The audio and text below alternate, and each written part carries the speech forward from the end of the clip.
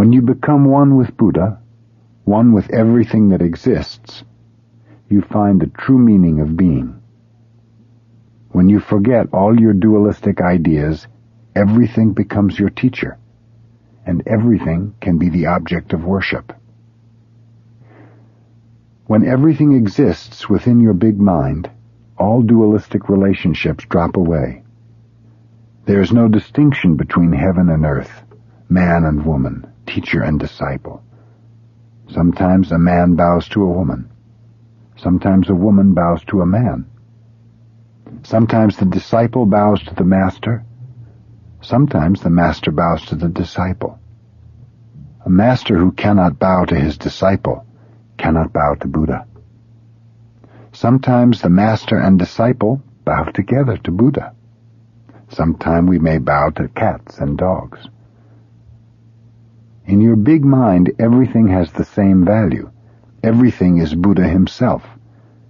You see something or hear a sound, and there you have everything, just as it is. In your practice, you should accept everything as it is, giving to each thing the same respect given to a Buddha. Here there is Buddhahood. Then Buddha bows to Buddha, and you bow to yourself. This is the true bow. If you do not have this firm conviction of big mind in your practice, your bow will be dualistic. When you are just yourself, you bow to yourself in its true sense, and you are one with everything. Only when you are you yourself can you bow to everything in its true sense. Bowing is a very serious practice. You should be prepared to bow even in your last moment. When you cannot do anything except bow, you should do it.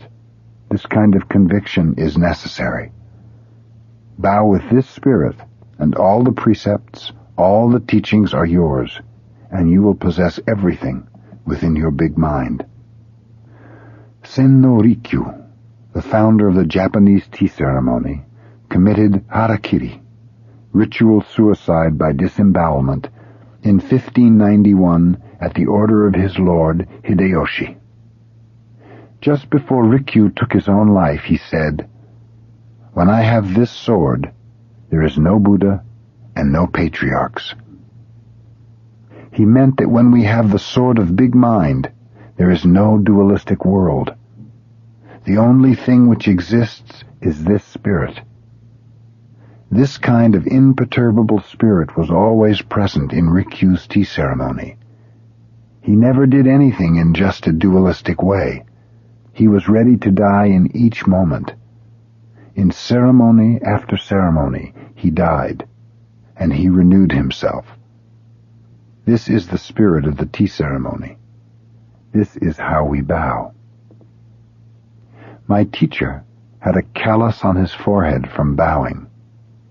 He knew he was an obstinate, stubborn fellow, and so he bowed and bowed and bowed. The reason he bowed was that inside himself he always heard his master's scolding voice. He had joined the Soto order when he was 30, which for a Japanese priest is rather late. When we were young, we were less stubborn, and it is easier to get rid of our selfishness. So his master always called my teacher, "You lately joined fellow," and scolded him for joining so late. Actually, his master loved him for his stubborn character. When my teacher was 70, he said, "When I was young, I was like a tiger. But now, I'm like a cat." He was very pleased to be like a cat. Bowing helps to eliminate our self-centered ideas. This is not so easy. It is difficult to get rid of these ideas, and bowing is a very valuable practice. The result is not the point. It is the effort to improve ourselves that is valuable. There is no end to this practice. Each bow expresses one of the 4 Buddhist vows. These vows are, although sentient beings are innumerable, we vow to save them.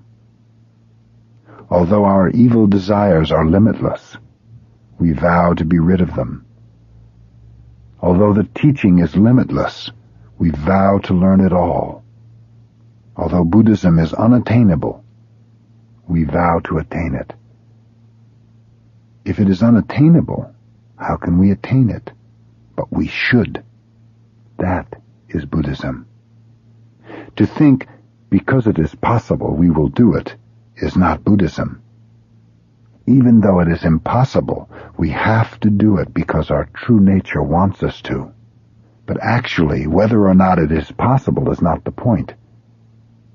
If it is our inmost desire to get rid of our self-centered ideas, we have to do it. When we make this effort, our inmost desire is appeased and nirvana is there. Before you determine to do it, you have difficulty. But once you start to do it, you have none. Your effort appeases your inmost desire. There is no other way to attain calmness. Calmness of mind does not mean you should stop your activity. Real calmness should be found in activity itself. We say it is easy to have calmness in inactivity. It is hard to have calmness in activity. But calmness in activity is true calmness.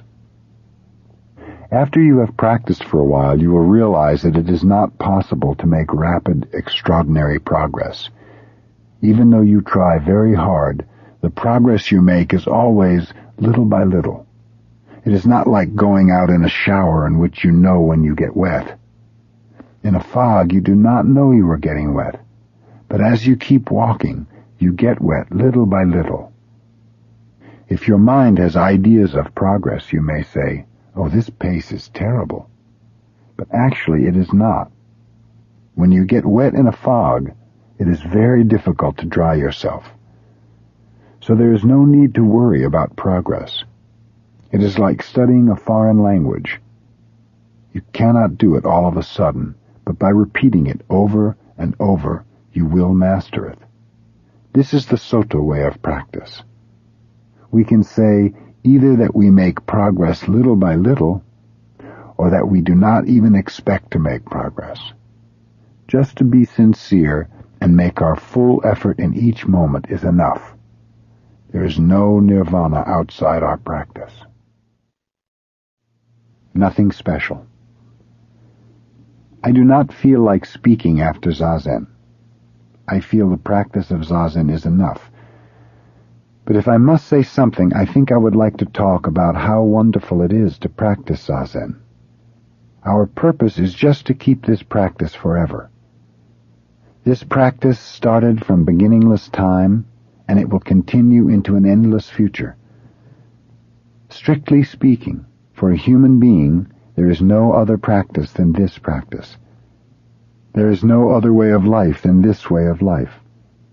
Zen practice is the direct expression of our true nature. Of course, whatever we do is the expression of our true nature. But without this practice, it is difficult to realize. It is our human nature to be active, and the nature of every existence. As long as we are alive, we are always doing something. But as long as you think, "I am doing this," or "I have to do this," or "I must attain something special," you are actually not doing anything. When you give up, when you no longer want something, or when you do not try to do anything special, then you do something. When there is no gaining idea in what you do, then you do something. In Zazen, what you are doing is not for the sake of anything.